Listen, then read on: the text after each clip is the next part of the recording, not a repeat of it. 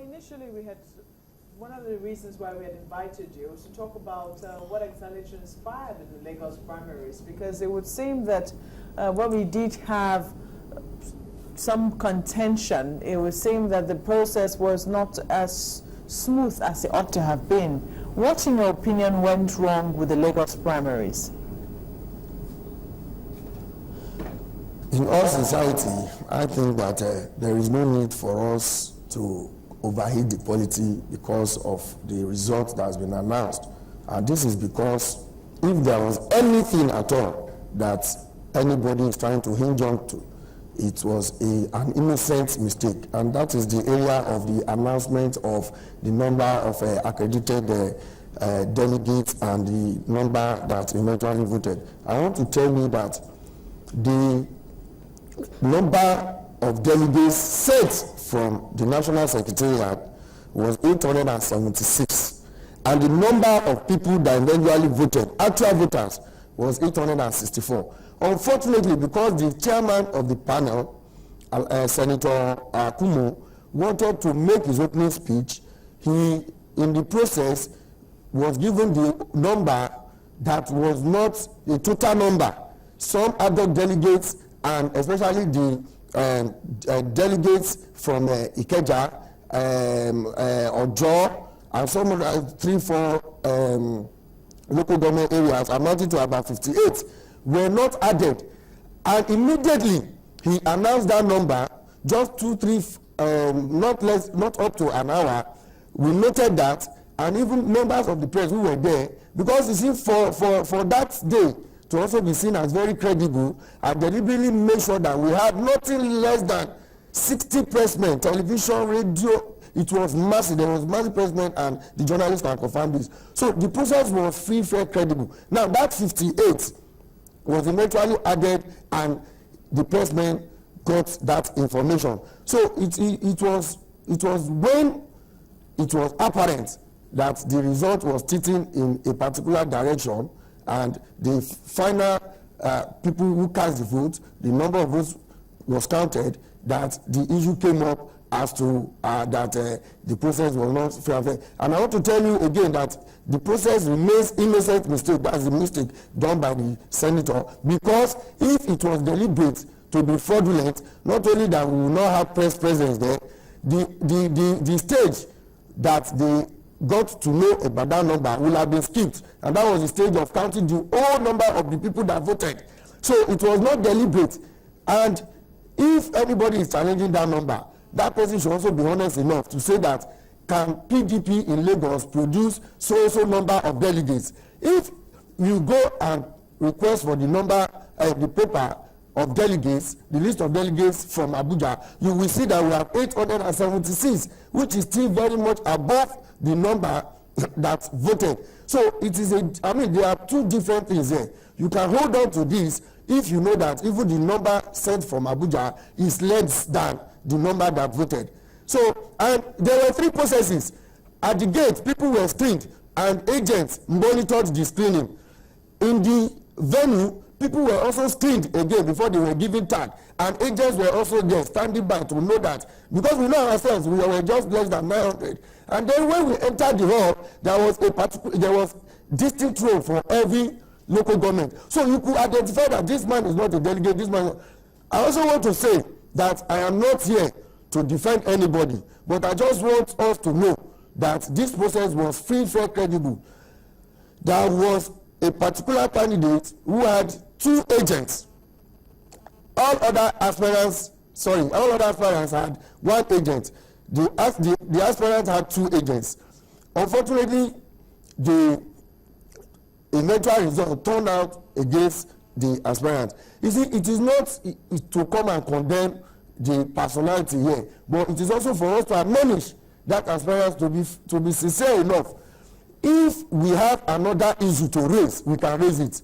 It is not the issue that somebody had a problem that was slip of tongue or that was an innocent mistake, and then we want to hinge on that and then discredit the whole process, when in actual fact, before God and man, the process was free, fair, credible. The delegates And I mean, like we will say at times jokingly, delegates. The delegates made a sudden U-turn in the venue, and maybe that is why the aspirant is surprised that the result will come out that way. But all in all, we want to urge us, we should all work together. Because whatever we say now can eventually bounce back on the party as we go to you, Taufik. A moment, we have some question here for you. Dr. Odukoya is coming in from Dr. Donyo Kupe. He said we should tell you that it is the influx of the former PDP members like former Vice President Atiku Abubakar, Governor Konkonso, and Governor Rocha Sokocha that compelled the APC to adopt the style of the PDP. I've mentioned the issue of social forces, and whatever party they are from. Of course, there's a very thin line between all these parties. They are same of the same, the two sides of the same coin. So that is not the issue. They have not answered the issue that PDP naturally goes this way. Why have they changed? Dr. Odukoya, just a moment. Okay. In your initial, explanations, you did say you seem to be painting consensus as if it's something that is not desirable. Is it really more desirable? Because some people say what it does is that it does help calm tensions, it does calm frayed nerves, and then sometimes it is less embarrassing. Because if everybody or if most people agree that this person should be the person or should be the candidate, then they do not have to deal, they can easily sort out without bad blood, what exactly the party wants for itself. Of course, you and me know that what we call consensus is imposition. Consensus is a process, ideally whereby contestants sit down, maybe with elders of the party, jointly discuss and agree. But that's not what we've been seeing. So ideally, consensus itself is not a bad idea. Democracy itself is about consensus. Agree to disagree. But this is, for example, if you see what usually play itself out in PDP, the ACN, AD in those days, you're made to pay. The party primary is used as an avenue to raise funds for the party, where even from the one they know they are anointed candidates. And at the end, you still remember what happened during the initial this thing of Fashidon, the Tokuba, Fikuyomi, a lot of them.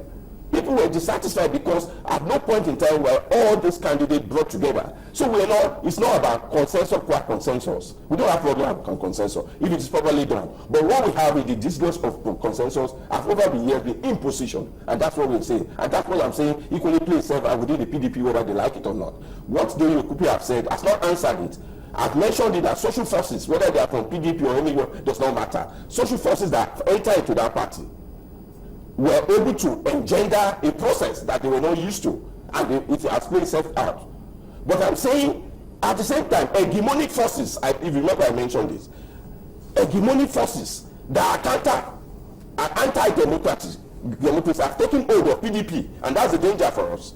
Because whether we like it or not, up to today, like they pride themselves, the largest or biggest party in Africa, we should be seen to be laying an example. And if you have been doing something good, why reverse at this time? That's my concern. Well, they will tell you that maybe you think that what has happened is imposition.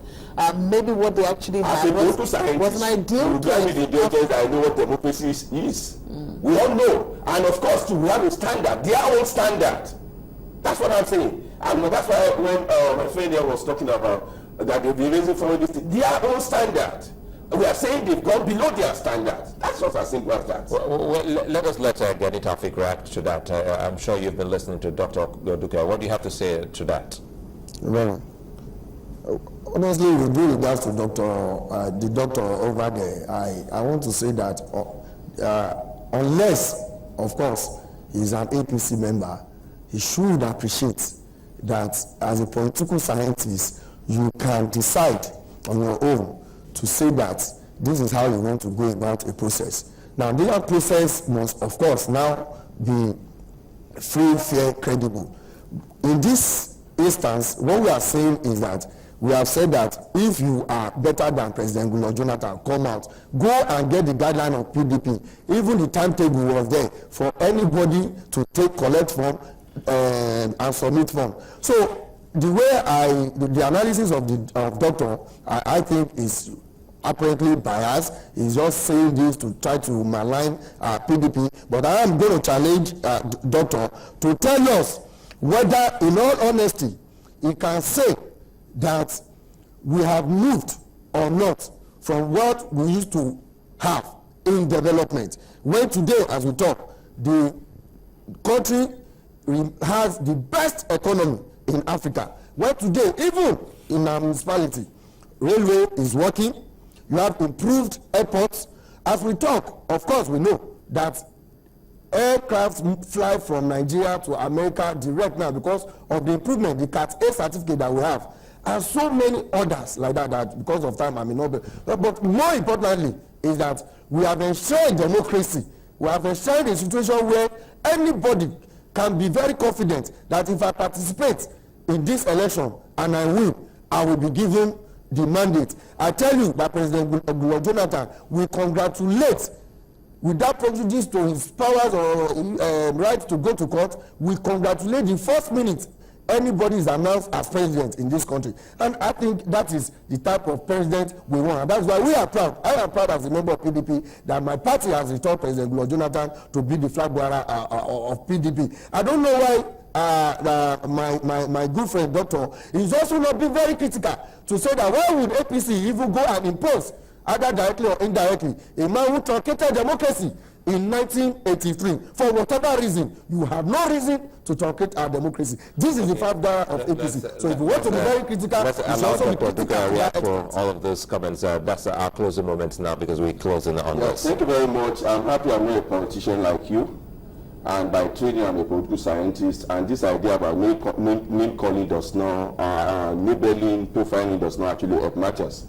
The issue at stake is not what you think President Jonathan have achieved.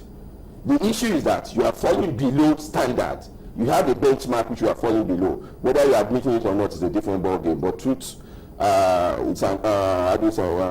it's always constant. Talking about development, I teach politics of development and underdevelopment. And let me tell you, what is development?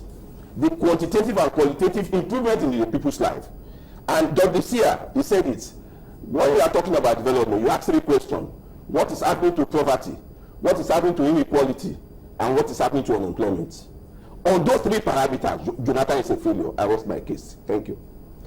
Well, Taufik Ghani, I think looks like the floodgate to debating all of these matters have opened up with Dr. Dukoya, who is a political scientist, and of course with the members of the PDP as well as the APC, talking points between the political parties as well as the Nigerian people. Well, this is where we say many thanks for being such a nice company onto this program. It's been a long weekend, and we hope that we'll continue to discuss over the weekend as well as on Monday. I'm Sulaiman Lode. Oh, thank you for watching. I'm Maokwe Ogun. And I'm Neo Taibe. Thank you for watching. See you again.